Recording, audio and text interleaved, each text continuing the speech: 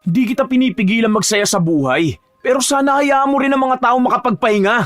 Hayaan mo kami matulog na matiwasay. Hindi yung 3:00 pa lang na madaling araw, nagsisisigaw ka na dyan sa kantang hindi mo naman maabot-abot. Araw-araw ko nga kumakanta, hindi mo pa maitama ang tono. Buti sana kung maganda yung boses mo para pwede kami makatulog. Kaso pati ipis dyan sa bahay nyo ayaw na makitira dahil napakapangit ng boses mo. Kasing pangit ng ugali mo. Wala kang karapatan na laitin ng talento na meron ako. Isa pa, ang videoke ginawa para kumanta. Kaya huwag ka mag-inerti dyan. Hindi ko kasalanan kung bakit hindi kayo makatulog. Basta ako, gusto ko magpakasaya. Huwag mo akong pakialaman. Hayop kang bastos na bata ka. Ang hirap pakipagtalo sa matandang makitid ang utak. Bahala ka sa buhay mo. Sige, sulitin mo na yung pagbirit mo. 10 beses mo kantayin niyang sayang na sayang dahil sa mga susunod na araw, matatahimik din niyang lalamunan mo at matatahimik din ang mga tenga namin. Paminsan-minsan, masaya talaga ang kumanta, lalo na kung mayroong handaan. Parte na ng tradisyon nating mga Pilipino ang pagkahilig sa videoke. Hindi kumpleto ang isang selebrasyon kung wala nito. Pero minsan, kahit na wala namang selebrasyon, may mga tao na ginagawa itong libangan at hilig. Na minsan, hindi na nakakatuwa dahil nakakaapekto na sa buhay ng mga kapitbahay nila. Lalo na ang mga taong walang pakundangan kung kumanta at walang pakialam kung may mga tao na ring nagpapahinga na parabang akala nila ay kanila ang buong paligid. Yun din ang magiging dahilan upang may isang taong lumapit sa itim na kapangyarihan dahil sa kanyang galit na nararamdaman. Magagawa pa kayang awitin ang paboritong kanta kung unti-unti nang pinagbabayaran ang mga kasalanang dulot ng galit. Nak, hinaan na muna natin tong videoke. May nagrereklamo kasi. Nagrereklamo? Noong oras pa lang 5:30 pa lang magrereklamo na sila. Pwede naman mag-video kayo hanggang 8 p.m. Yung iba nga dyan, lumalagpas pa ng 10 p.m. Nagre-reklamo ba tayo? May birthday naman ngayon Masyadong papansin yung mga kapitbahay na yan. Matutulog na raw sila Sino nagsabi? Matutulog ng ganitong oras? Hihinaan lang naman. Pwede pa naman kayong kumanta. Basta wag lang masyadong malakas kasi nabubulabog sila May mga pasok pa sila sa trabaho bukas. Anong gusto nila? Bubulong kami sa mic para kumanta? Wisit ng mga kapitbahay na yan Pag tayo, bawal maging masaya. Pag mumumurahin ko yan ng nakamay ako AJ, ano ba? Pinagsabihan na nga tayo. Baka mamaya may barangay na dito. Alam mo naman na pala ang ugali ng mga kapitbahay natin, magmumura ka pa dyan. Bakit kasi kayo natatakot sa mga yun? Ang usapan naman dito hanggang 8 p.m. lang Kapag nag 8 p.m. na, aalisin naman na natin yung videoke. Ang gusto kasi ng mga yan, sila ang kumanta. Ang papangit naman ng mga boses ng mga yan. Minsang celebration na nga lang to, gusto pa nilang pigilan magpakasaya ang mga tao? Bad trip sila. O sige, kahit hanggang mga 6:30. Huwag na kayo magdagdag ng kanta Ubusin nyo na lang yung mga naka-reserve. Hindi hanggang 8 p.m. dito. Hindi sila nagbayad ng videoke Hindi silang gumastos para sa handa na to kaya wag silang paepal. Kung hindi masaya ang buhay ng mga punyetang yan, wag silang papansin. Kilala ko yan nagsusumbong sa inyo Yung kamag-anak ko noon ni Kapitan, di ba? Yung matandang mahilig kumanta ng sayang na sayang. Yung todo birit sa mga kanta ng Aegis. Alam ko yan. Kasi siya lang naman mahilig magreklamo sa mga kapitbahay natin Lahat dito nirereklamo niya. Pero kapag siyang nag-iingay, walang makapalag kasi mayabang masyado. AJ, kung ano-ano na naman yung mga sinasabi mo Lasing ka na. Basta mamayang 6 p.m. alisin nyo na yan. Matulog ka na rin at pauwiin mo na yung mga barkada mo. 6 p.m.? Ano kaya yun? Parating pa lang iba natin bisita, ma. Basta, makinig ka na lang para hindi na pagsimula ng away. Kaarawan ng bunsong kapatid ni AJ, kaya mayroon silang handaan sa kanilang bahay. Wala naman siyang pasok sa trabaho bukas, kaya sinusulit na niya ang kasiyahan.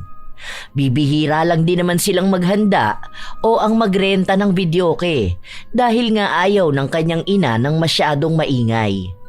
Natatakot kasi ito sa maaaring maging reklamo ng mga kapitbahay nila.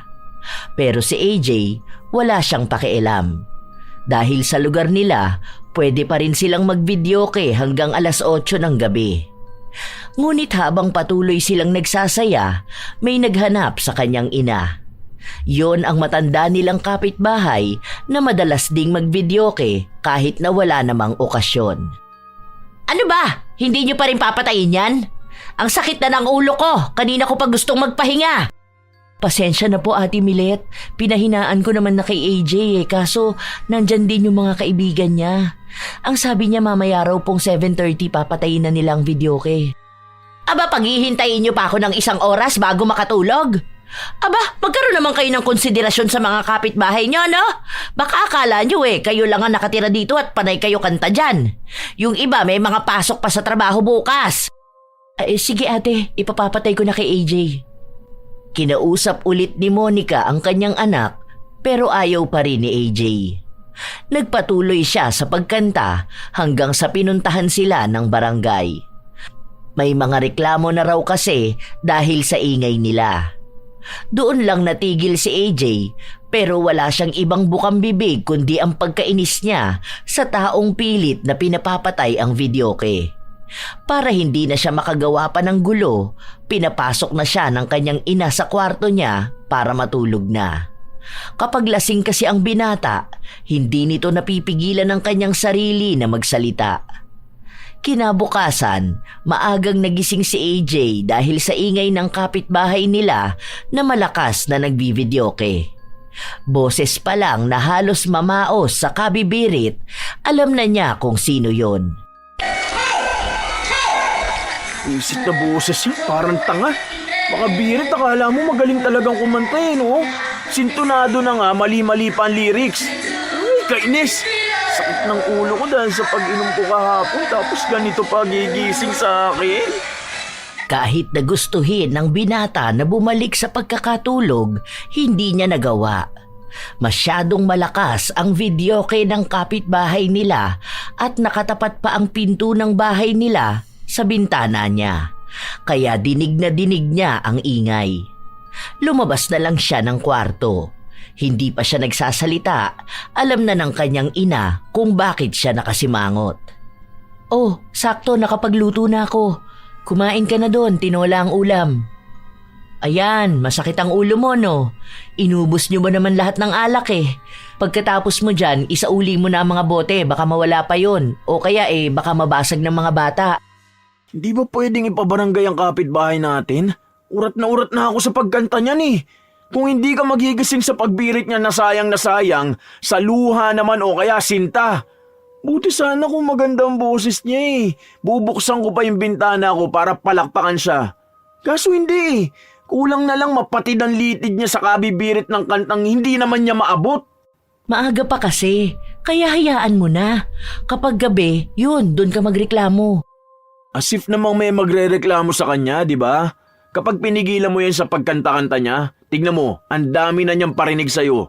Tapos mag-a-attitude pa yung matanda na yan. Itatapon yung mapanghinyang arinola sa tapat ng bahay mo. Balahura masyado. Tanda-tanda na Aga-aga nababad trip ako. Alas 6 pa lang bumibirit na yan Hay nako, kumain ka na doon. Gutom lang yan at hangover. Nagpakalango naman kasi kayo sa alak kagabi. Kahit di naman ako nakainom, sasakit pa rin naman talaga ang ulo ko kung ganyan ba naman yung kapitbahay natin. Dapat yan ang nirereklamo Dapat mamaos yan para naman matahimik ang mga tenga natin. Kahit saang parte ng bahay nila pumwesto si AJ, dinig na dinig niya pa rin ang boses ni Auntie Milet. Mga kanta nitong paulit-ulit nilang naririnig. Ilang araw pa ang lumipas, kahit na may mga pasok sa paaralan o trabaho ang karamihan sa mga kapitbahay nila, palagi pa rin kumakanta ang matanda. May mga nagrereklamo sa kanya at sa halip na patayin o hinaan na lang ang tugtog, mas lalo nitong nilalakasan. Hanggang sa isang araw, pagod galing sa trabaho si AJ at sa pag-uwi niya, nagvivideoke pa rin si Milet. Nag-OT na ako sa work, na traffic na ako tapos maririnig ko pa ang boses niyan. Mag-aalas 12 na Di ba patitigilin ng matanda na yan? Gusto ko na magpahinga. Paano naman ako makakatulog na maayos kung maririnig ko yung boses niyan? Kinausap na namin kanina. Kaso ang sabi niya birthday daw ng apo niya kaya hayaan na lang siya. Noong nakaraan birthday ni Krishna, nagagalit siya sa akin kasi nagbibidyoke ko ng alas 7. Ano pa yan? Lagpas na yan sa oras oh. Dapat hanggang 8 PM lang yan ah. Naaawa nga ako kay Joanna. Kapapanganak lang nun. Kanina narinig ko nagrereklamo na gusto nga matulog at magpahinga. Kaso nahihirapan dahil ang lakas ng videoke. Ako nang kakausap sa matandang yan. Wala kasi naglalakas ng loob dito magsabi dyan eh. Wag na, anak. Baka mamaya mapaaway ka pa dyan. Wala akong pake. Mapapaaway talaga kung hindi yan titigil sa pagkanta niya. Kakapikon eh. Oras na ng pahinga ng mga tao oh.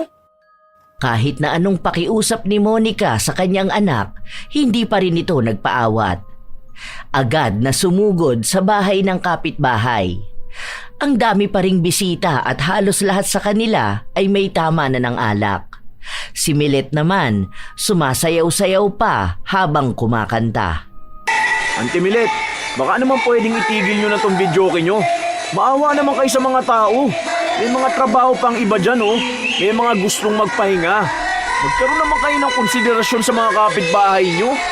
Aba, bakit mo pipigilan ang kasiyahan namin, ha? Nakita mo na may birthday? Unang pa ba yung maghapon yung pagbibidyoke? Mas nauna pa nga kayong kumanta kaysa tumunog ang alarm ko kaninang umaga eh. Umalis ako, bumibirit ka. Ngayong umuwi ako, bumibirit ka pa rin? Aba, pahingahin mo rin naman ang lalamunan mo. Pahingahin mo rin naman ang mga tenga namin.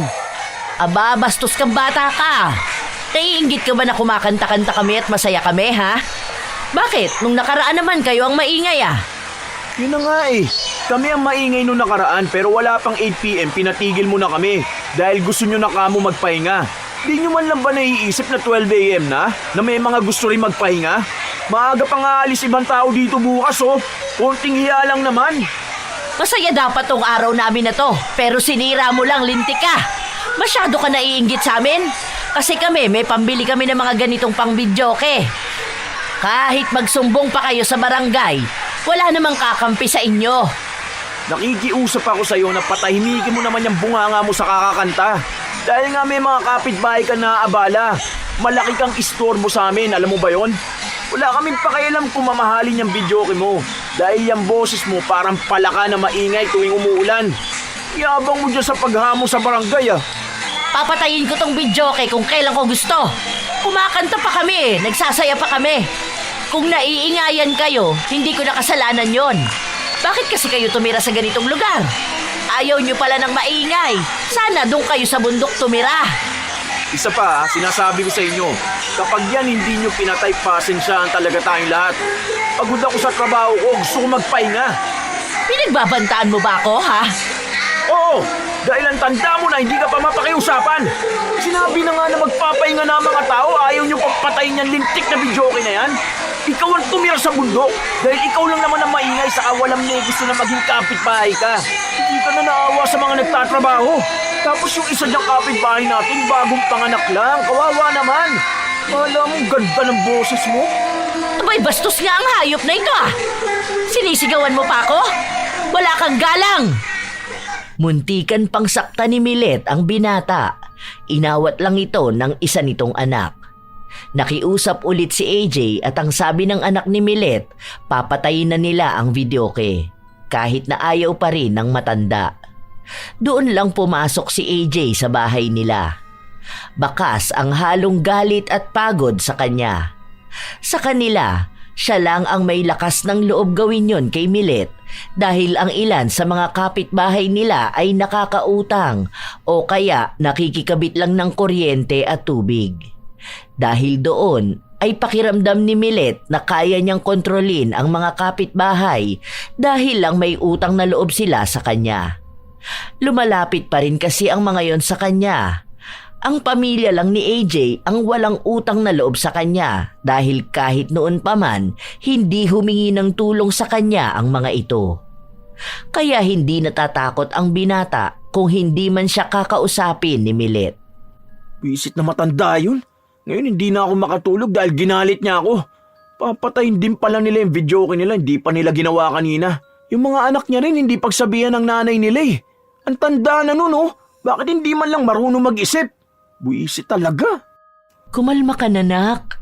Ito tubig, para mamaya mabawi mo ang antok mo. Hindi ba talaga pwedeng ireklamo yan?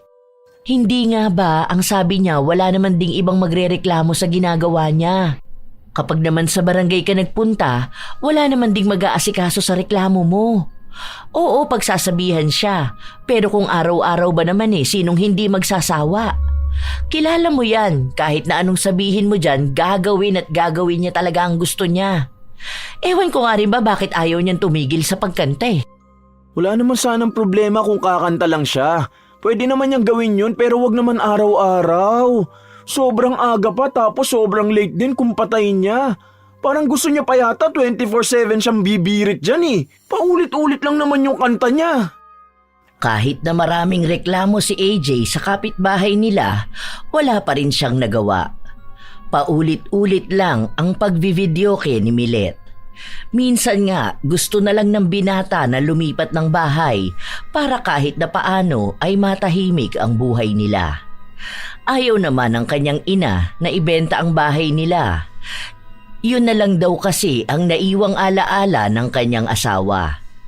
1 taon pa lang namamatay ang tatay ni AJ, kaya naiintindihan niya ang ina kung bakit ayaw nitong iwan ang bahay.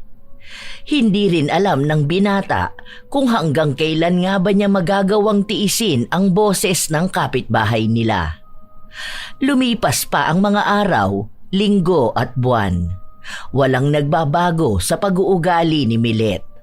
Minsan, nag-aaway sila ni AJ pero si Monica na ang nagpapatigil sa anak sa kadahilan ng matanda pa rin si Milet at dapat ay iginagalang ito. Isang araw, 3:00 pa lang ng madaling araw, nagising na si AJ dahil nagsisimula ng kumanta ang kapitbahay. Ay, ito na naman. Ang aga-aga pa. Diyos ko po. Bigyan sana ako ng magandang mood ngayon. Baka sa inis ko batuin ko yung loob ng bahay nila. Ano pa ang mundo pero nambubulaw ng bisit na matandang to. Pinilit ng binata na bawiin ang tulog niya pero hindi na niya nagawa. Balak pa naman niyang tanghali na sanang gumising dahil wala siyang trabaho. Pero kahit naman kailan hindi niya yon nagawa. Dahil palaging maaga pa lang kumakanta na ang matanda. Dahil kulang sa tulog, inis si AJ na lumabas ng kwarto niya. Gising na rin ang kanyang ina at naghahanda na ito ng kakainin nila. Batuin ko kaya yung bubong nila. Ano na naman ba yung iniisip mo, AJ? Mamaya may masira ka pa o maling bubong ang mabato mo makaistorbo ka pa ng tao. Makaistorbo? Ano ba yung ginagawa ng matanda na yan?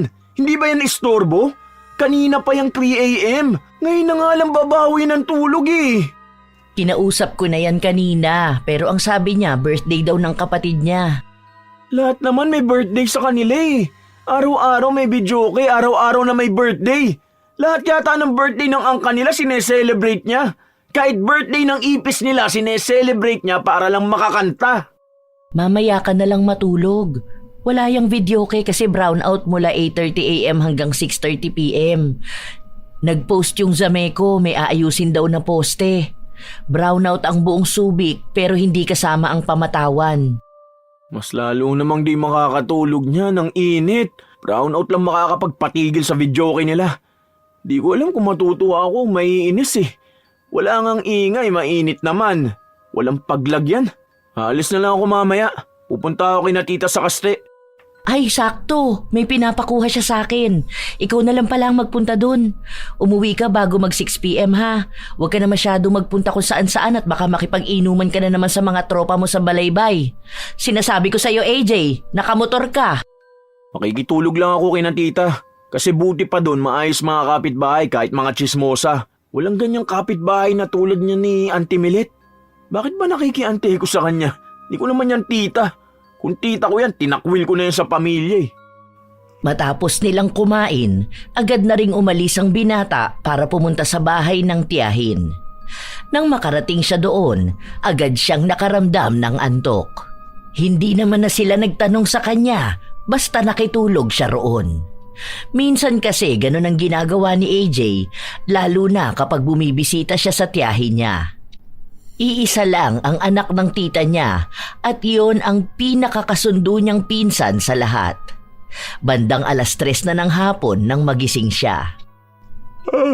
Ay, buti naman nakabawi ng tulog. Ang sarap. Kung ganito lang sana katahimik sa bahay, siguro hindi ako palaging pagod at antok sa trabaho. Ikaw pala yan, AJ. Kala ko kung sino. Oh, wala ka rin pasok? Di ba brownout buong Subic? Sarado yung shop namin, malamang. Galing lang akong kaste. Pinuntahan ko si April. Hulaan ko. Di ka na naman nakatulog dahil dun sa nawawalang member ng Aegis, no? Ano pa ba? Malamang. Sipin mo 3 a.m. nag-videoke. Unang kanta pa niya, luha.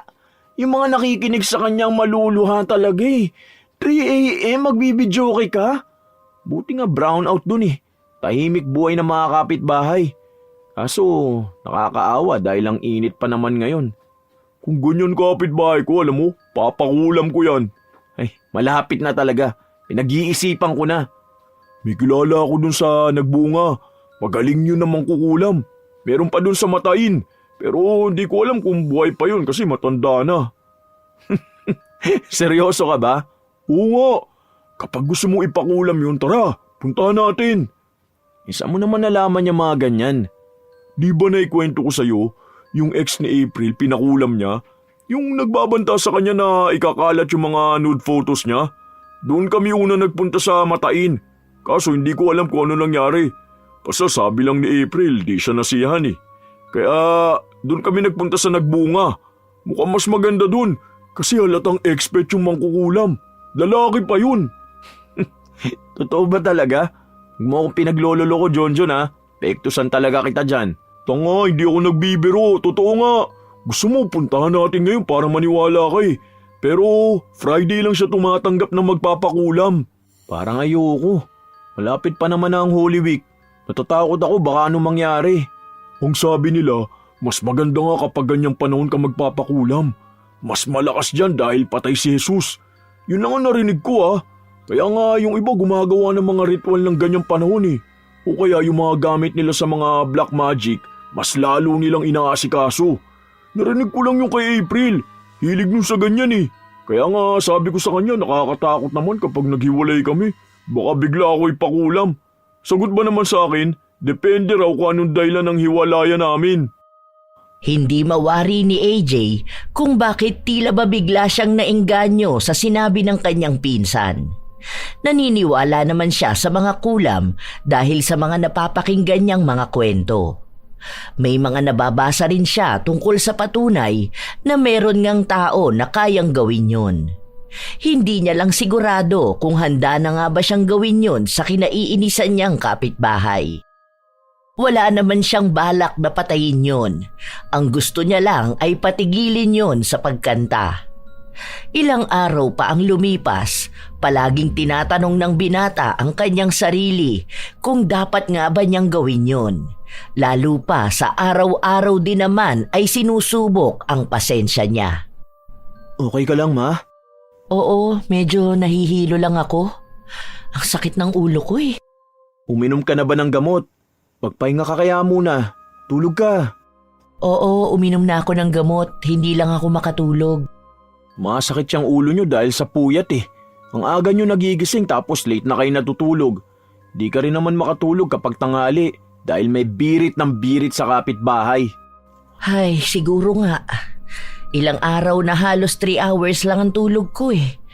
Nahihilo nga ako palagi. Minsan nakakatulog ako ng tanghali, lalo na kapag sobrang antok ko. Pero hindi talaga ako makatulog ng diretso. Halos lahat ng kapitbahay natin ganyan. Tapos yung taong dahilan kaya nagkakasakit kayo, ayan, kumakanta ng sayang na sayang. Hirap pakiusapan eh. Pwede naman siguro kahit 2 oras na videoke kung talagang hindi niya mapigilan yung sarili niyang kumanta. Di ba yan nananawa sa ginagawa niya? Di man lang ba napapagod ang bibig niya? Di ba yan natutuyaan ng laway? Tapos nagdagdag pa ng kalahi niya. Salitan silang kumanta. Nakisuyo na nga ako kay Auntie Milet. Dami na ring nakiusap sa kanya para sana makapagpahinga rin kami. Kaso walang epekto sa kanya eh. Ay, hindi ko alam kung ano pang pwedeng gawin. Kausapin ko nga ulit yan. Bahala na kung magkagulo kami ngayon. Di pwedeng ganyan. Walang tulog at pahinga ang mga tao sa kakakanta niya. Dami na nagkakasakit eh. Baka sa mukha ni AJ ang inis niya. May mga kapitbahay sila na nasa labas at halata sa mga mukha nilang pagod na rin sila sa pinaggagawa ni Milet. Sa inis ni AJ, pumasok siya sa loob ng bahay ng matanda at siya ang humugot ng saksakan kahit na nasa paboritong parte na ng kanta si Milet. Ano bang ginagawa mo? Alam mo kumakanta ako eh. Damang-dama ko na at handa na akong bumirit. Wisit ka! Ano bang problema mo ha? Basta ka pumapasok sa bahay ko, alam mo ba na pwede kitang kasuhan? Ikaw pa ngayon na may lakas na loob na magkaso? Tignan mo nga yung pinaggagawa mo sa mga tao nakakarinig ng boses mo. Lahat kami pagod na. Parang sumpay ang boses mo sa pandinig namin eh. Maawa ka naman sa mga kapitbahay mo. Oh. Wala kaming tulog dahil dyan sa panay videoke mo. Alam mo, ikaw lang ang panay reklamo. Kinakausap ko naman sila. Pumapayag naman sila. Ang dami mo kasing arte. Hindi ko rin naman pinipilit na diyan kayo tumira, di ba? Maraming paraan para hindi kayo mainggit sa pagkanta ko. Aba, lumayas kayo sa lugar na to. Talagang kami pa mag-adjust sa'yo, ha? Kapal talaga na mukha mo. Aba, ayos. 100 lang score mo sa akin. Oo, dahil ikaw lang ang maraming kuda. Hindi mo hayaan ng tao na magsaya sa buhay. Hindi kita pinipigilan magsaya sa buhay. Pero sana hayaan mo rin ang mga tao na magpahinga. Hayaan mo kami matulog na matiwasay. Hindi yung 3:00 pa lang na madaling araw, nagsisisigaw ka na dyan sa kantang hindi mo naman maabot. Araw-araw ka na nga kumakanta, hindi mo pa maitama yung tono. Buti sana kung maganda yung boses mo para pwede kami makatulog eh.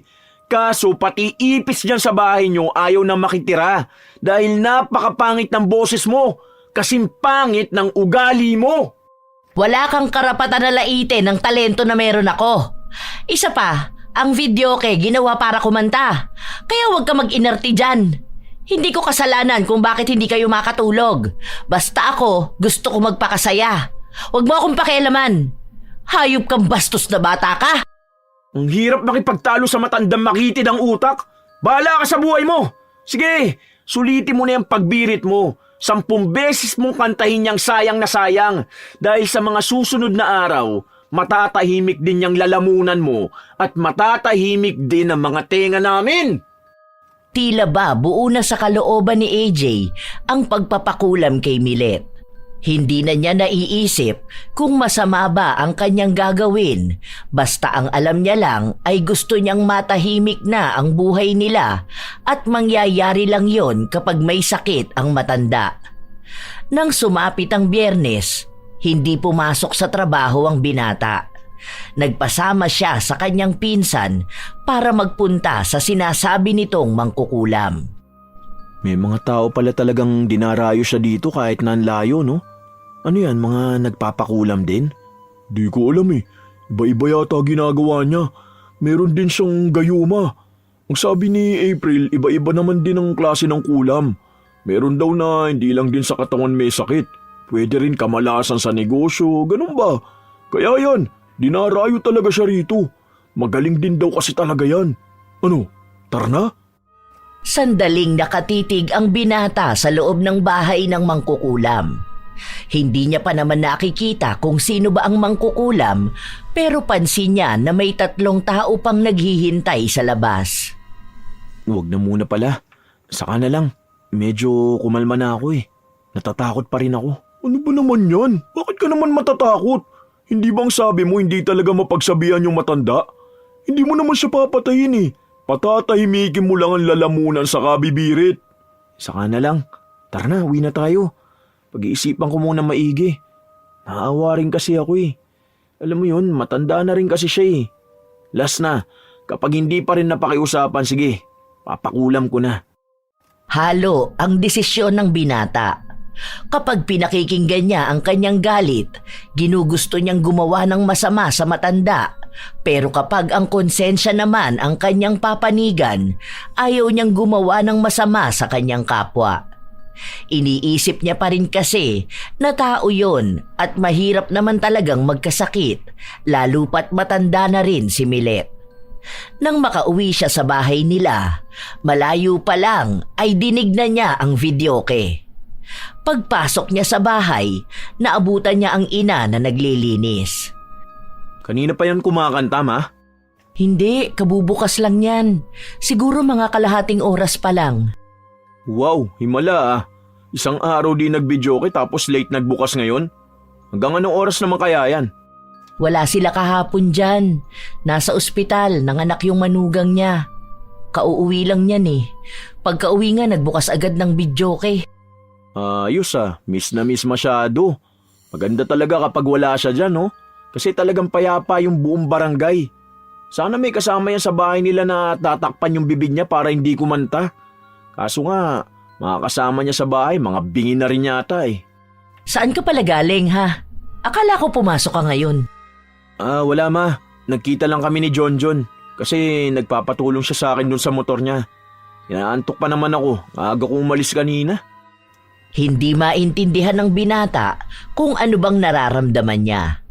Bumabalik na naman ang pagkagusto niyang ituloy ang plano niyang ipakulam si Milet, pero gusto niyang pag-isipan itong mabuti dahil natatakot siya sa maaaring maging balik sa kanya. 2 araw pa ang lumipas, bumabalik na naman sa ginagawa niyang maagang pambubulabog ang matanda, kaya hirap na naman silang makapagpahinga. Isang gabi, nakatulala lang si AJ sa sala kung saan pinag-iisipan niyang maigi ang mga hakbang na gagawin niya. O bakit? Hindi ka makatulog? Lagi naman eh. May iniisip lang ako ma. Naniniwala ka ba na may masamang balik sa isang tao ang pagpapakulam? Bakit bigla mo naman niyang naisip? May napanood kasi ako kanina sa TikTok. Tapos yun, naisip ko lang bigla kung totoo ba yung ganun o hindi. Totoo naman siguro, pero hindi naman yun magandang paraan para gumanti sa isang tao. May napanood akong lumang pelikula na may kulam na ganyan. Sa tingin ko lang para kasing hindi makatao. Paano naman kung yung ipapakulam mo hindi rin naman makatao? Parang sa paraan na yun, matututo siyang mali pala talaga ang ginagawa niya. Parang magiging aral lang sa kanya. Naku, ewan ko. Pero ikaw, wag mong gagawin yun. Masama yung ganon. Hayaan mo na magbago ang isang tao o kaya ipagdasal mo na lang na magbago pa siya. Kasi kahit na kailan, hindi magandang humiling ng masama sa kapwa mo kahit na gaano pa siya kasamang tao. Doon lang napagtanto ni AJ na mas matimbang pa rin sa utak niya ang paglapit sa kulam. Hindi na niya naiisip kung makakabuti ba ito sa taong ipapakulam niya, pero ang alam niya lang, mas makabubuti ito sa kanilang lahat. Hindi na rin kasi madaan sa pakiusap ang matanda. Ang kailangan na lang ni AJ, maghintay hanggang sa susunod na Biyernes. Halos 1 linggo silang walang pasok. Ang dapat na maayos na pahinga sa bahay ay hindi niya magagawa dahil patuloy pa rin ang videoke ng kapitbahay nila. Di ba bawal magsaya o kumanta tuwing Miyerkules Santo? Wala talagang paawat yang si Auntie Melet ano? Narinig ko nga kanina yung anak niya. Pinagsabihan siya pero ayaw makinig. Ang sabi niya wala naman daw yung ganong paniniwala. Para lang daw yun sa mga ipokritong may debosyon tuwing mahal na araw. Ha? Grabe naman na yan. Hindi na talaga magbabago yung matanda na yan. Akala ko noon kapag may mga ganyang edad na marunong na gamitin ang utak. Pero may mga tao palang habang tumatanda lalong kumikitid ang utak. Ayaw pang napagsasabihan. Kesyo raw matanda na siya at nung kapanahunan nila, ang mga bata dapat nananahimik lang. Yun nga ang problema. Ewan ko, ako rin napapagod na dito sa bahay. Iniisip ko na nga na ibenta to para umalis na tayo. Naaawa na ako sa inyo ng kapatid mo eh. Lalo na't nag-aaral yun, tapos maagang pumapasok. Kapag uuwi ng hapon, hindi man lang makaidlip. Tapos ikaw, maagang nagigising, sa halip na nagpapahinga pa bago pumasok sa trabaho. Nakala ko po ayaw niyong ibenta tong bahay dahil kayo ni Papa ang bumili nito. Bunga rin to ng pagsisikap niyong dalawa. Ayoko naman talaga kung may pagpipilian lang ako. Kinausap ko na kasi yung mga tita mo, tapos nabanggit ko sa kanila yung nangyayari rito. Ang sabi nila, mas mahalaga naman ang kalusugan nyo. Kasi sa totoo lang, yung iba nating mga kapitbahay, umalis na rin. Ang hirap naman kasing pakisamahan ni Ate Milet. Hindi na ma, huwag nyo ibebenta tong bahay na to. Dahil alam kong mahirap para sa inyo na pakawalan ng memories nyo ni Papa. Hayaan nyo, darating ang araw na matitigil din niyang matanda na yun sa pagkanta-kanta niya. Patatahimik din tayo, makakapagpahinga na maayos. Sana nga, nak. Kasi kung magtatagal pa, malaki ang magiging epekto nun sa inyo. Ayoko naman na magkasakit kayo dahil lang sa hindi kayo nakakapagpahinga, di ba? Habang ang ibang tao ay ginagawa ang taunang debosyon tuwing Semana Santa, si Milet naman ay patuloy sa mga kanta niyang paulit-ulit na naririnig ng mga kapitbahay niya. Nakatambay lang si AJ sa labas ng bahay nila. Pinagmamasdan ang ilang mga tao na nagtatakip ng tenga tuwing madadaan sa bahay ng matanda. Napansin niya ang kapitbahay nila na halatang masama ang pakiramdam dahil isang buwan pa lang naman ang nakalilipas ng mga nakyon. Galing yon sa loob ng bahay ni Milet. Agad na lumapit ang binata para magtanong. Nalaman niya na nakiusap ang babae sa matanda para pahinaan ang videoke dahil gusto niyang magpahinga. Pero sa halip daw na kausapin siya ng maayos, pinagmumura at pinagsalitaan siya ng masama ni Milet. Awang-awa naman si AJ dahil bakas sa mga mata ng babae ang pagod na nararamdaman niya. Ilang sandali pa, siya naman ang kumausap kay Milet. Pero napansin niya na nasa loob ng bahay ang asawa ng kapitan ng kanilang barangay. Ano na naman ang tinatayo-tayo mo dyan, ha? Pagbabawalan mo na naman akong kumanta. Ano ba sa tingin mo? Hinaan mo naman yan. Hindi naman yan malakas. Hindi talaga yan malakas para sa'yo. Paano bingi ka, di ba? Semana Santa. Baka naman pwede lang naman, di ba? Semana Santa pala. Bakit hindi ka magpapako sa krus? Para din malaman mo kung paano maging mabuting tao at maging magalang sa mga nakatatanda sa'yo, hindi ba?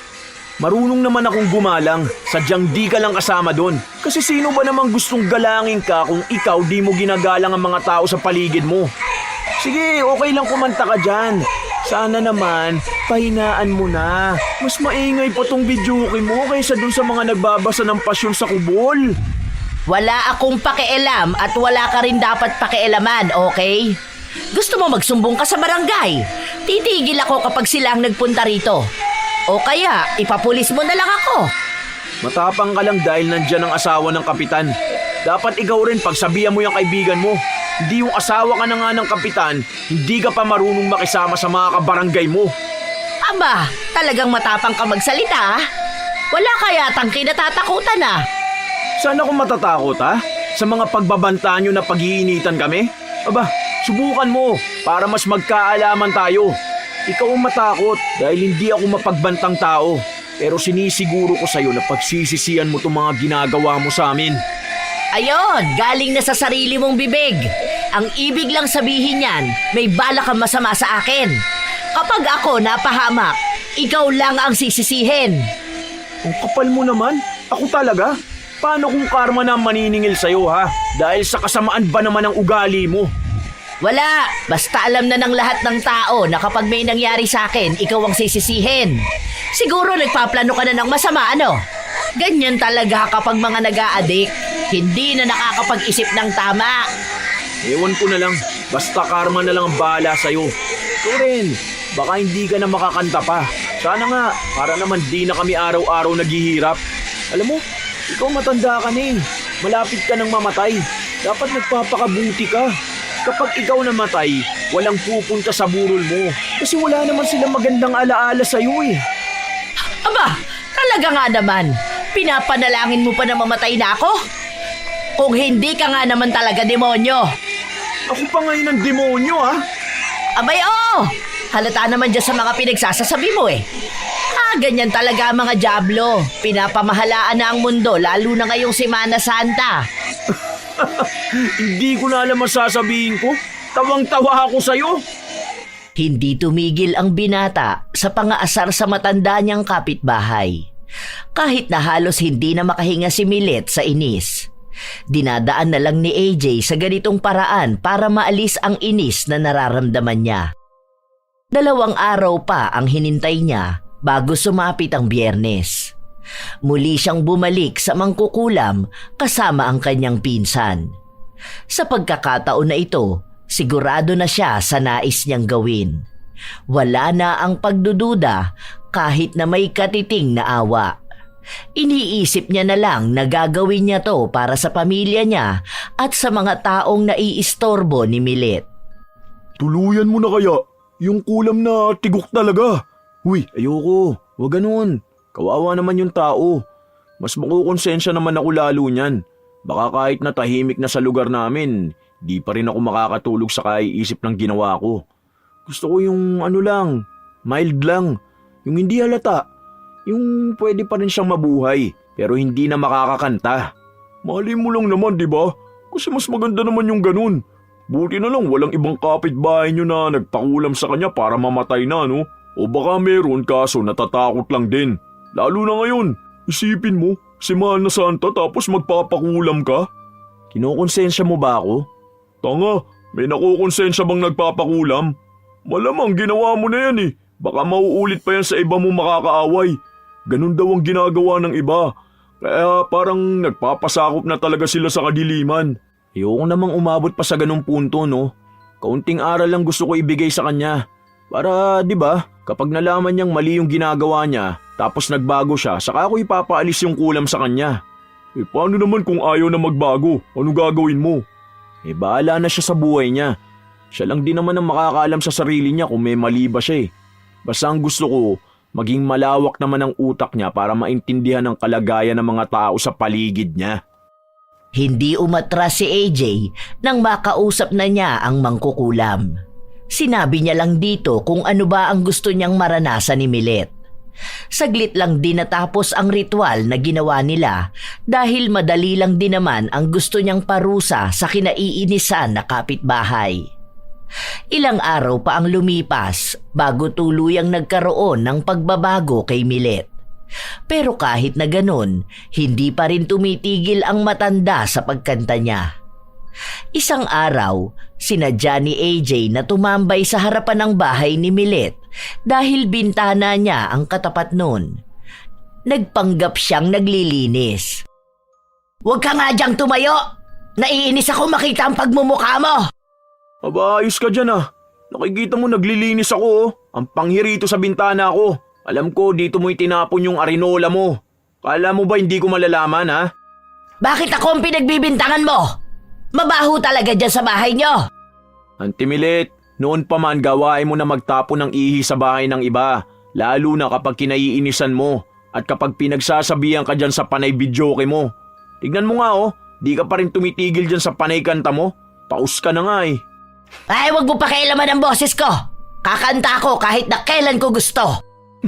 Okay, wala namang makakapigil sa'yo, di ba? Sinasabi ko lang kasi maawa ka na sa sarili mo. Wala na nga lumalabas sa boses mo eh. Panira ka na naman ang araw! Lumayas ka nga rito! Hinayaan na lang ng binata si Milet na magdadaldal. Natutuwa siya dahil halos wala ng boses na lumalabas sa kanya pero patuloy niya pa ring inaabot ang tono ng kanta. Hanggang sa tuluyan na rin siyang huminto sa pagbividyoke dahil sa panay ang pag-ubo niya. Halos 3 araw na silang tahimik dahil hindi na nga kumakanta si Milet. Sa wakas, nakatulog din na maayos. Ang sarap! Parang ang tagal kong hindi ito naranasan ah. Ganito kapayapa ang buhay namin kapag hindi kami nagigising sa pagbirit ni Auntie Milet eh. Sana ganito na lang palagi. Ganado ang binata. Ang ganda ng gising niya. Hindi yun katulad noon na palaging masama ang timpla niya dahil sa pagkagising niyang wala sa oras, dahil sa lakas ng pagkanta ni Milet. Wala siyang pasok kaya tanghali na rin siyang nakabangon. Habang kumakain siya mag-isa sa kusina, dumating ang kanyang ina. Marami itong daladalang luya. Oh, bakit? Ano yan, ma? Ang dami mo naman yatang biniling luya. Ah, hindi ito sa atin. Nakikisuyo si Badiday kung pwede akong gumawa nung iniinom para sa ubo.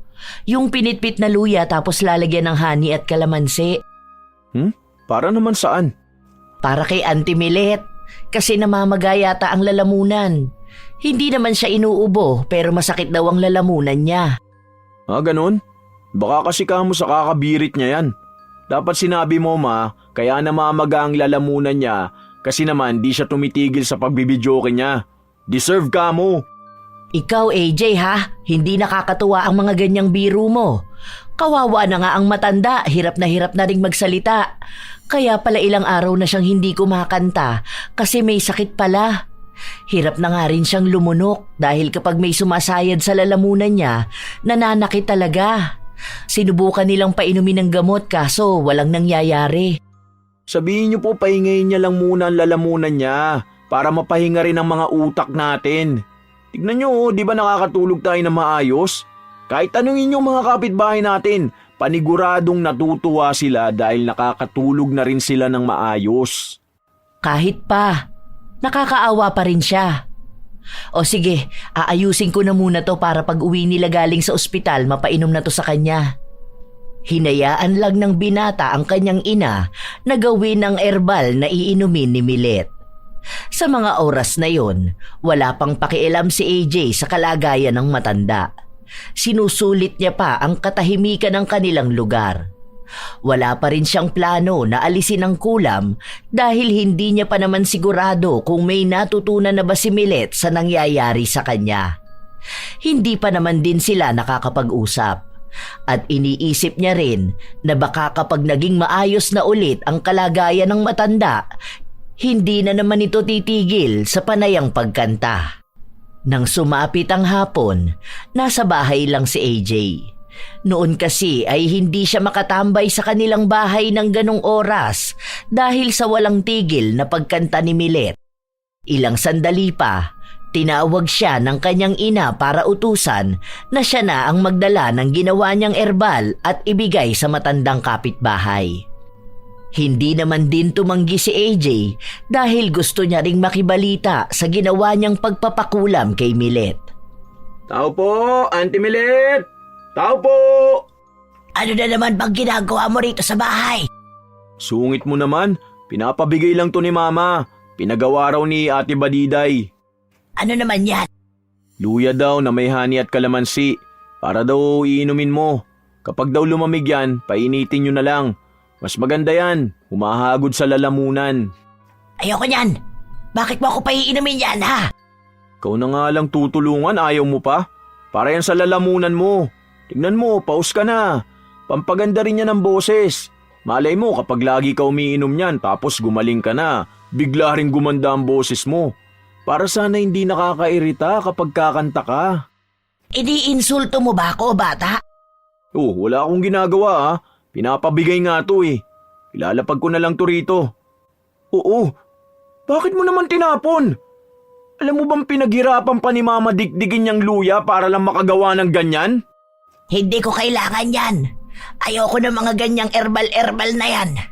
Nagpunta na ako sa doktor at may iba na akong iniinom na gamot. Sama talaga ng ugali mo no. Kaya nagkakaganyan ka eh. Nakakarma ka ng malala. Huwag na talaga sanang maalis yung pagkapaus mo para hindi ka na makabulabog ng mga tao. Hintayin mong gumaling ako. Tingnan mo sa bintana mo mismo itatapat ko ang speaker. Isa pa, hindi naman ako ang humingi ng tulong sa mama mo. Mamaya may lason pa yung ibinibigay niyo sa akin. Malamang alam ko na galit kayo sa akin kaya hindi malabo na gawin niyo ngayon. Diyan pa lang sa kasamaan ng ugali, alam ko na talaga na hindi ka gagawa ng mabuti. Aba, talagang hindi nga ako gagawa ng mabuti. Sa totoo lang, alam mo ba na sobrang saya kung nakikita kang nahihirapan ng ganyan? Yung hindi ka na makapagsalita na maayos? Kasi alam ko na matatahimik ang buhay namin. Yung hindi ka nagagaling at hindi ka na makakakanta ulit. Hindi mo ba napapansin? Ang ganda ng araw ng mga tao simula nung mamaos ka kasi tahimik na ang mga tenga namin. Inis na inis si Milet Kaya sa halip na tahimik ang gabi nila, nagpatugtog ulit ito at walang pakialam kahit na sumasakit ang kanyang lalamunan sa patuloy na pagkanta. Umabot hanggang 2:00 ng madaling araw ang pagkanta ni Milet, hanggang sa may narinig silang bumato sa bubong nito. 3 beses yun, kaya galit na galit ang matanda na sumugod sa bahay ni na AJ. Ang binata ang pinagbibintangan niyang gumawa nun. Bakit ko naman babatuhin ang bubong nyo, ha? Pwede naman batuhin ko yung loob mismo ng bahay nyo. Paano kasing walang babato dyan sa inyo? Anong oras na ba? Sa tingin mo ba matutuwa mga kapitbahay na may kumakanta ng 2:00 ng madaling araw, ha? Tapos garalgal pa yung boses mo? Nakakainis, sa totoo lang. Mas malala pang pakinggan ang boses mo ngayon kesa nung hindi ka na mamaos. Namamagaan na nga yung lalamunan mo, wala ka bang ibang ginawa kundi ang bumirit? Dahil alam ko na ikaw lang ang kayang gumawa nun. Walang iya ka. Paano ko natamaan kami sa loob, ha? May pampagamot ka ba sa amin? Sinabi ko na nga hindi ako, di ba? Ako lang ba ang kapitbahay nyo? Ayan ang mahirap sa inyo nang bibintang kayo nang hindi nyo naman nakita. Ante Milet, hindi po talaga si AJ ang gumawa nun. Kanina pa siya nasa loob ng kwarto niya. Hindi ko nakita na lumabas yan. Ay sos! Malamang pagtatakpan mo yan. Anak mo yan eh. Kahit na mali na ang ginawa niya, todo kampi ka pa. Alam mo, Monica, dapat inaayos mo ang pagdidisiplina dyan sa anak mo. Hindi yung isa ka pang konsentidor sa ginagawa niya. Sinabi ko na nga na hindi ako, di ba? Hindi ka ba makaintindi, ha? AJ, tama na yan. Huwag kang sumigaw. Paano pa ulit-ulit siya na sinasabi? Hindi nga akong bumato sa bahay nyo. Hindi mo kasi maintindihan na ang dami naiinis sa'yo. Ano ba kasing problema mo? Bakit ba hindi mo matigil-tigil yung pagbibidyoke mo? Pumasok ka na sa kwarto mo, ako na ang makikipag-usap. Oh, huwag ka na magsalita. Pumasok ka na. Ang dami pa sanang nais na sabihin ng binata pero hindi na niya tinuloy dahil sa sinunod niya na ang utos ng kanyang ina. Padabog niya ring isinarado ang pinto. Ilang sandali pa, may dumating na barangay sa kanilang bahay. Kinausap na lang ito ni Monica. Todo rin ang paghingi niya ng tawad sa matanda kahit na hindi naman talaga si AJ ang bumato sa bubong nila. Kinabukasan, maaga na namang nagpatugtog si Milet. Hindi na siya gaanong makapagsalita kaya hindi na siya kumakanta. Ang ginagawa na lang niya ay nagpapatugtog ng malakas. Wisit talaga. Bakit ba hindi pa manahimik ang matanda na yan? Nakakainis na. Mukhang kulang pa nangyayaring pagpapakulam ko sa kanya. Makabalik nga sa mangkukulam. At gusto ko yung mas malala pa. Grabing ugali yan. Hindi mapabago ng kulam. Inis na umalis ng bahay ang binata. Tinanong pa siya ng kanyang ina kung saan siya pupunta pero hindi niya ito sinagot. Nang matapos niyang kausapin ang mangkukulam, sa bahay naman ng kanyang tiyahin siya nagtungo. Ang balak niya sanang puntahan ay ang pinsa niya pero nasa trabaho ito kaya doon na siya nagpunta. Ayoko pang umuwi. Napipikon ako sa matandang yun eh. Di ko alam kung may matututunan pa ba sa buhay yun. Mas lalo siyang nangiinis eh. Sabi ko naman sa'yo, tuluyan mo na buhay niyan eh. May nalalaman ka pa diyang naaawa ka sa kanya. Nakakaawa naman kasi talaga sa totoo lang. Pero hindi ko ba alam kung bakit hindi yung matuto sa nangyayaring pahirap sa kanya. Partida, namamaga na talaga ang lalamunan niya. Madalas ko pang naririnig na matigas ang ubo niya. Kahit naman anong gawin niyang punta sa doktor, di naman siya gagaling eh. Sa halip na maging mabuting tao na lang siya, ayun, mas lalong lumala. Grabe naman ang stress mo dyan. Ano namang pinagawa mo sa mangkukulam? Ayan ang sinasabi ko sa iyo eh. Kapag nasimula mo na talaga magpakulam, di ka na niyan titigil. Gagawin at gagawin mo yan paulit-ulit. Kasi alam mo na yun lang ang magiging kakampi mo. Tama ako, di ba? Sa kanya lang, no? Wala naman akong balak na palalain pa. Kaso, nakakainis naman na kasi siya eh. Sobra yung kasamaan ng ugali niya. Alam mo yung dapat nagpapahinga siya tapos mapapansin niya na mas payapa nga ang paligid kapag hindi siya nagsisisigaw sa mic. Ganun lang naman ang gusto ko eh. Kaso naman, mas lalo siya nang aasar. Nagpatuloy ang binata na maglabas ng hinaing niya. Hanggang sa sumapit na ang gabi, doon lang siya umuwi sa kanilang bahay. Naabutan niyang walang ingay, kaya malamang ay umeepekto na nga ang dagdag kulam na pinagawa niya para kay Milet.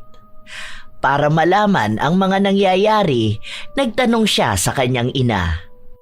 Buti naman tumigil na yung tugtog ng matanda na yan. Naku, sinugod siya sa ospital. Sobrang sakit daw ng lalamunan niya. Nagpapatulong nga sa akin yung anak niya na kung pwedeng ako munang magbantay sa nanay nila dahil may mga trabaho sila. Wala naman daw ibang kapitbahay na gustong tumulong sa kanila.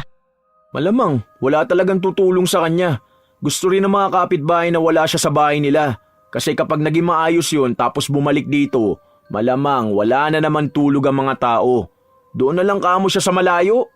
Sinabi ko naman sa'yo, AJ, masama yung ginagawa mong ganyan, di ba? Tao pa rin si Auntie Milet. Sana po yan din ang iniisip niya noon, na mga tao rin tayong nahihirapan siyang pakisamahan. Hindi porket mas matanda na siya, dapat siya na ang inuunawa. Ang hirap din naman sa mga ganyang edad, akala nila sila na ang tama, dahil lang sa pinagbigyan sila ng iba. Dapat lang na ipaalam sa kanila kung ano man ang mga maling nagagawa nila. Ano po, alangan naman nasasamahan niyo nga siya dun.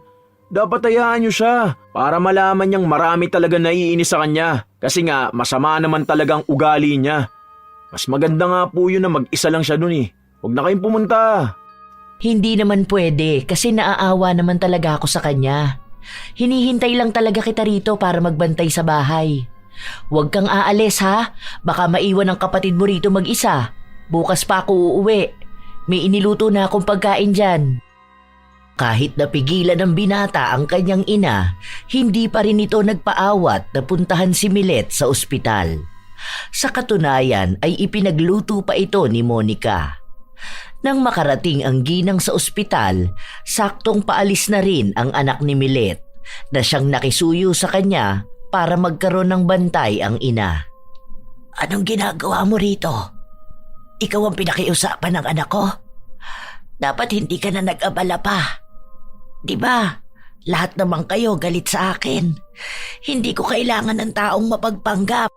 Hindi ako galit, naiinis lang. Isa ka rin ba sa masaya na nagkakaganito ako? Narinig ko ang usapan ng kapitbahay natin. Pinagtatawanan nila ako. At hinihiling na wag na sana akong makauwi para matahimik na ang buhay nila. Ano? Alam ko naman na ganun din ang hiling mo sa akin, di ba?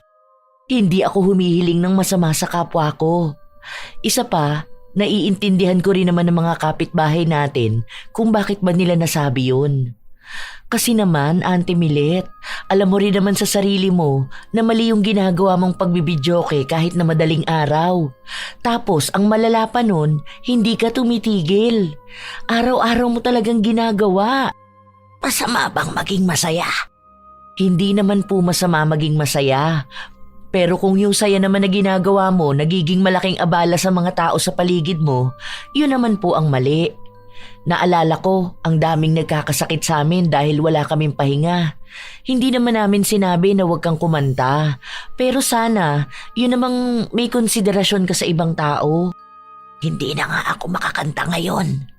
Alam ko na masaya na kayong lahat. Umalis ka na rito, iwan mo na ako. Ayoko nang kasama. Hindi kita pwedeng iwan. Nangako ako sa anak mo na babantayan kita. Ano bang kailangan mo sa akin at nagbabait-baitan ka dyan, ha? Hindi mo na kailangan gawin yan dahil wala naman akong pakialam sa inyong lahat. Doon ka na lang sa mga kapitbahay natin makisama. Ako ang gawin yung topic sa mga tsismisan nyo. Yun lang naman ang kaya nyong gawin, di ba? Huwag ka na nga masyado magsalita, Auntie Milet. Baka kasi magasgas pa ang lalamunan mo. Ay, oo nga pala, may dala na rin akong herbal na gamot. Mas maganda tong inumin kasi makakatulong to para sa lalamunan mo. Kahit na ilang beses pang ipagtabuyan ng matanda si Monica, hindi pa rin ito umaalis. Umabot ng halos 1 linggo sa ospital si Milet, pero wala pa ring nakikitang pagbabago sa kanyang sakit. Hanggang sa umuwi na rin siya sa kanilang bahay. Kapansin-pansin na malaki ang ibinagsak ng kanyang katawan dahil nahihirapan siyang kumain. Hindi niya kinakaya ang sakit kapag may sasayad na kahit na ano sa lalamunan niya. Nakakapagsalita pa rin naman siya, pero hindi na ganon kadalas. Mag-isa lang siya sa bahay. Ang anak niya na kasama niyang nakatira ay nasa trabaho palagi. Walang ibang pwedeng magbantay sa kanya dahil kailangang maghanap buhay ng mga yon. Wala na ring mga kaibigan na dumadalaw sa kanya. Kahit ang mga kapitbahay nila, walang pakialam sa kung anuman ang kanyang kalagayan. Nakakalungkot mang isipin, kailangan niyang mapag-isa sa bahay. Tanging si Monica lang ang paminsan-minsang tumitingin sa kanya kahit na pinipigilan din ito ng anak na tulungan siya. Nak, pakisuyo naman muna ako kay Auntie Milet. Bigay mo tong dinikdik na luyang gawa ko. Sabihin mo inumin na niya to. Bakit ba ang bait mo dun, ma? Tignan mo nga yung mga kapitbahay natin, walang pakialam sa kanya. Dapat ganun na lang ang gawin nyo para masdaman niya na kapag masamang tao, walang tutulong kapag nangangailangan. Ay, ibigay mo na to. Ang dami mo pang sinasabi dyan. Alam mong inuutusan kita. Ano ba naman yan?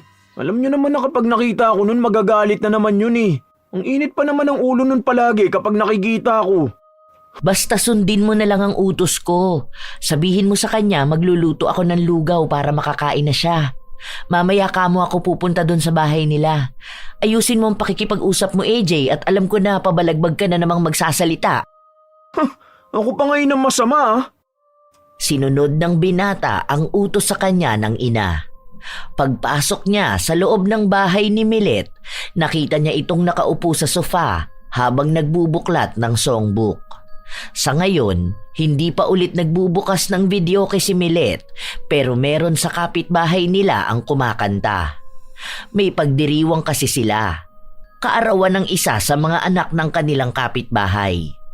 Wala namang problema si AJ kung maririnig man niyang may kumakanta na ibang tao dahil hindi naman yun katulad noon kay Milet na araw-araw bumibirit. Oh, bigay ni mama. Inumin mo raw. Huwag mo na yung hawakan. Ano, kakanta ka na naman? Ano bang pakialam mo, ha? Hanggat nakakapagsalita ako, kakanta ako. Bakit ba panay ka kasi kanta? Ano bang meron dyan, ha? Basta, wala ka ng pakialam doon. Sabi pala ni mama na nagluto siya ng lugaw. Pero mamaya pa yon para makakain ka na. Ano nangyari? Masakit talaga lalamunan mo, ganon? Tapos kahit na anong gawin mo, hindi nawawala? Ang weird, no? May ganun pala talaga? Bakit ba ang dami mong tanong? Pwede bang manahimik ka muna, ha? Nakikita mong may ginagawa ako, diba? Saka umalis ka na rito. Ngayon mo pagbawalan niyang kumakanta na yan. Hindi ako makatulog sa ingay nila. Di ka makatulog, ang aga pa lang naman. Pagtatanghalian pa nga lang, oh. Panigurado naman ako na kagigising mo lang. Eh bakit pag ako ang kumakanta? Panay ka reklamo, ha?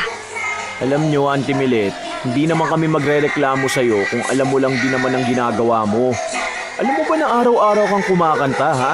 Mula 3:00 na madaling araw, nakabukas na yung videoke mo hanggang sa gabi. Kulang na nga lang, di ka na rin matulog eh. Magkakakanta ka na lang ng 24 hours. Eh kasi nga, masaya lang ako at ang ganda kaya ng mic ko. Maganda nga mic mo, pangit naman ang boses mo. Kailan mo ba marirealize na mali naman talagang ginagawa mo, ha? Ayan na nga may nangyayari na nga masama sa'yo. Iba kahit na nga mga kapitbahay natin ayaw sa'yo.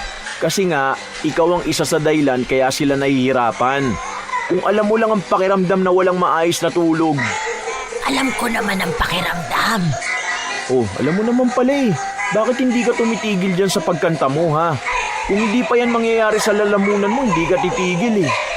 Ito lang kasi yung nagpapaalis ng lungkot ko. Kapag maingay kasi ang bahay ko, hindi ko nararamdaman na mag-isa lang ako.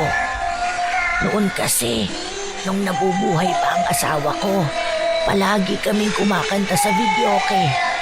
Kahit na ang pangit ng boses ko, gusto niya pa rin naririnig. Simula nung mamatay siya, hindi na ulit ako humawak ng mikropono. Nung makahawak naman ako, ayoko nang bitawan kasi pakiramdam ko pagkasama pa rin kami. Hindi nakapagsalita ang binata. Parang nakaramdam siya ng sakit sa mga salitang sinabi ni Milet. Hindi umaangat ang tingin ng matanda. Nasa songbook pa rin ang mga mata niya. Nililipat niya yon na para bang pumipili siya ng mga susunod na kakantahin niya. Pero tama ka nga. Tama nga kayo. Sa sobrang pagsasaya ko sa buhay, nakalimutan kong may ibang tao pala akong naaagrabyado. Minsan nandito naman ang mga anak ko. May nakakasama ako, pero ayoko pa rin bitawan ng pagkanta kasi alam ko aalis din naman sila. Tapos maiiwan ako mag-isa sa bahay. Hindi ko lang talaga tinatanggap na mali ako. Masyado ako naging matapang at mayabang na kahit anong sumbong sa barangay, walang nakakapagpatigil sa akin. Ibig bang sabihin, tinatanggap mo na sa sarili mo na mali ka? Oo, nito ko lang din napagtanto. Nakakainis nga talaga ang ginagawa ko. Tulad niyan, inis na inis ako sa ingay nila kahit minsan lang naman nilang ginagawa yan. Ano pa kaya ako na palagi kong ginagawa? Wala akong pinipiling oras at araw. Pasensya ka na ha. Pasensya na kayo. Totoo ba yung sinasabi mo? Tignan mo, kapag gumaling ka niyan, wala ka na namang gagawin kundi ang kumanta. Bubulabugi mo na naman ang buhay naming lahat. Kung gagaling pa nga ako, diba? Hindi ko rin alam kung makakakanta pa ba ako. Kukunin na kasi yan bukas. Kukunin? Sinong kukuha? Yung pinagbentahan ko. Kailangan namin ng pera. Malaki masyado ang nagastos ko nung nasa ospital ako. Kaya tinitingnan ko tong songbook. Mamimiss ko kasi to eh. Kahit na di naman ako tumitingin dito. Kasi sa ulado ko naman na yung number na itatype sa video, okay? Bakit kailangan mo pa yung ibenta? Wala na ba kayong pera? Hindi ka ba nakikinig? Malaki nga nagagastos namin, di ba? Umalis ka na nga rito. Iniinis mo lang ako. Bakit ka nagagalit? Nagtatanong lang naman ako ah. Huwag mo na ibenta yan, sayang naman yan eh. Regalo pa yata sa'yo yan ng asawa mo. Ay, wag mo nga akong pakialaman. Wala ka namang maitutulong sa akin. Kailangan ko ng pera para dito sa sakit ko. Basta, huwag mo ibebenta yan ha. Pero ipangako mo na lang din sa akin na hindi ka na araw-araw mambubulabog ng mga tao. Dahil lang sa naiisipan mong kumanta. Malay mo, gumaling ka na, di ba? Inumin mo na lang yung bigay ni mama. Kasi yan talaga magandang magpagaling ng lalamunan. Sa susunod kasi, huwag mong abusuin yung lalamunan mo. Matanda ka pa naman ah, tapos kanta ka ng kanta dyan. Sa totoo lang, ramdam na ramdam ng binata ang lungkot sa mga mata ni Milet. Ngayon niya lang ito nakitang ganon. Hindi naman kasi sila madalas nag-uusap dahil palaging nagagalit si AJ kapag kumakanta ang matanda. Nang araw din na yon, nakipagkita ang binata sa kanyang pinsan para magpasama sa mangkukulam. Gusto na niyang bawiin ang kulam na bigay niya rito, pero sinabi lang sa kanya ng mangkukulam na hindi niya ginagawa ang ganong bagay. Magiging malaki raw kasi ang epekto sa kanya kung babawiin niya yon. Ano, saan na tayo lalapit? Bakit kasi kailangan mo pang bawiin? Pinagawa mo na. Alam mo, ikaw minsan hindi ko maintindihan kung ano bang ugali meron kay. Minsan kinukonsensya mo ko, minsan naman sinusulsulan mo ko. Ano ba talaga ha? Di ko rin alam eh. Ano nga? Tawagan mo si April, tanungin mo saan tayo pwedeng lumapit. Awang-awa na ako dun sa matanda. Kung nakikita mo lang yung itsura niya, sa totoo lang, ang payat na niya tapos madalas na lang siyang tulala mag-isa dun sa bahay nila. Maawa ka rin naman, huy. Ikaw naman talaga nag-udyok sa akin magpakulam eh. Huy, ano? Ako pa kukonsensyahin mo ngayon ha? Di naman kita pinilit no? Oo na nga. Ito na, kaka-reply niya lang sa akin. Meron daw albularyo pero sa Olongapo pa.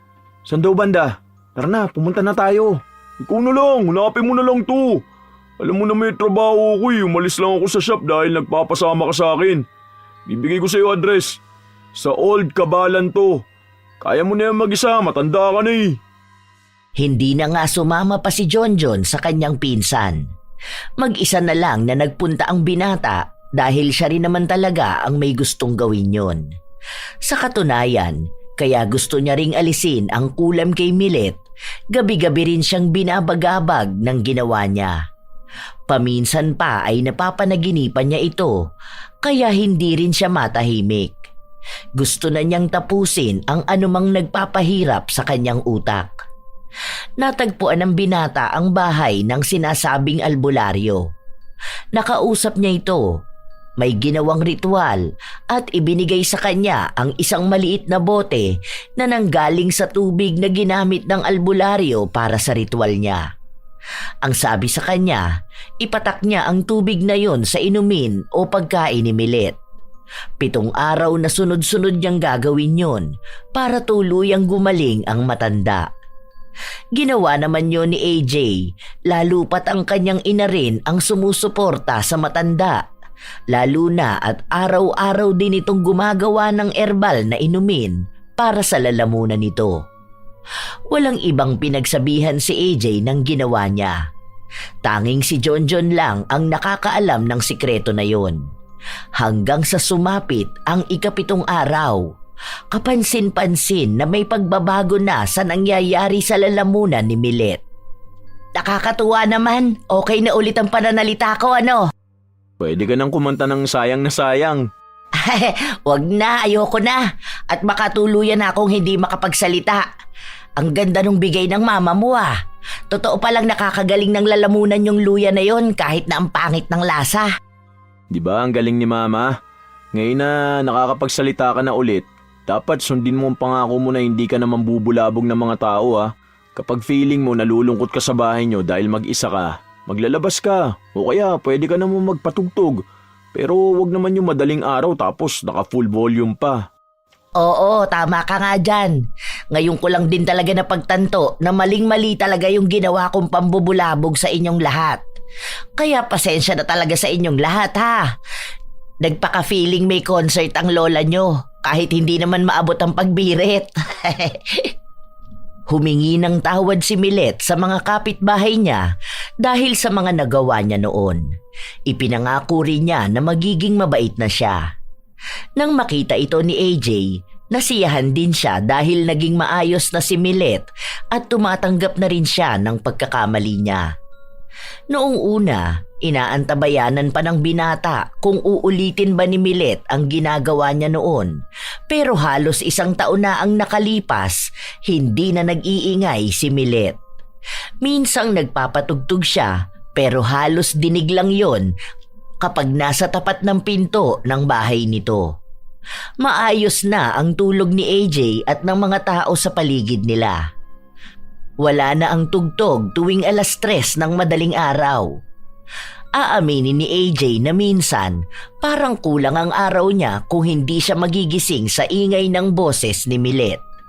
Naging malapit na rin silang dalawa at minsan sa bahay nila nagtatambay ang matanda. Dati-rate ay magkaaway sina AJ at Milet pero nang maging maayos na ang matanda, para na ring apo nito si AJ. Ilang linggo pa ang lumipas, sumapit ang kaarawan ni AJ.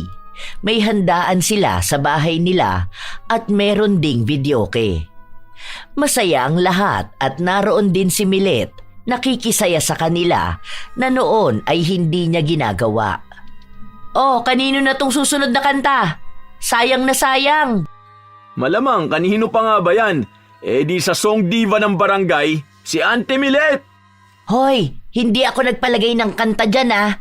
Baka kapag kumanta ako biglang mag-alisa ng mga bisita mo. Sige lang, kanta lang kayo dyan. Ay hindi pwede yun. Hindi buo ang birthday ko kung hindi ko maririnig ang pakulot-kulot at paabot na birit ng kantang to. Sige na ante, iyong mikropono. Ilaban mo yan na parang pangtawag ng tanggalan. Tanghalan. Nagtawanan ang lahat dahil sa sinabi ni AJ. Nakaramdam din ng pagkakampante ang matanda. Hindi na rin niya pinigilan ang kanyang sarili na kumanta. Sobrang saya ng kanyang damdamin dahil damang-dama niya ang ginagawa niyang pagsabay sa musika. Kahit pa isigaw niya ang buo niyang lakas para sa kanta, walang nagagalit sa kanya. Sa halip ay naghihiyawan ang mga tao at nagpapalakpakan. Dahil doon, unti-unting naramdaman ni Milet ang tunay na saya. Hindi niya maipaliwanag dahil ang alam niya lang ay ang gaan sa pakiramdam. Sa buong araw na yon, naging malaya ang matanda para muling kumanta. Natatakot na kasi siya na baka maulit na naman ang pamamaga ng kanyang lalamunan, pero sinigurado sa kanya ni AJ na hindi na yon mangyayari. Yun na rin ang naging simbolo ng pagbabago ng matanda. Minsan, nagvi-videoke pa rin siya sa kanyang bahay, lalo na kapag gusto niyang maalala ang ginagawa nila ng kanyang asawa, pero sinisigurado niya na walang ibang taong maaagrabyado. Sinisigurado niya rin na walang ibang mabubulabog dahil lang sa nais niyang maging masaya.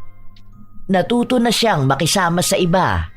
Tunay na hindi naman talaga masama ang paminsan-minsang maging masaya. Lalo na at ang pagkanta ay isa rin sa magagandang paraan para damahin ang magandang damdamin. Dahil alam natin na sa maraming pagkakataon, ang musika ay nagsisilbing gamot sa kahit anong pinagdaraanan ng puso't isipan. Pero ang kasiyahan din na yon ay kailangang may paggalang sa ibang tao. Matutong makiramdam at magkaroon ng konsiderasyon sa iba. Huwag ugaliing magvideoke nang hindi naman din naaayon sa oras, lalo pa at may mga tao ring kinakailangan ng pahinga. Tandaan na hindi masama ang pagkanta, basta't laging tatandaan na ang kasiyahan na ito ay may kasamang malasakit sa kapwa. Kayo ba mga apo? May mga karanasan din ba kayo sa mga taong walang konsiderasyon basta't maging masaya lang sila sa pagvivideoke? Kung kayo ang nasa pwesto ni AJ, tingin nyo ba tama ang ginawa niyang pagpapakulam at ang pagpapatawad? Ibahagi nyo naman ang inyong karanasang kapareho ng ating kwento ngayon dahil nais ng inyong lola na marinig ang inyong opinyon ukol sa ating bagong kwento.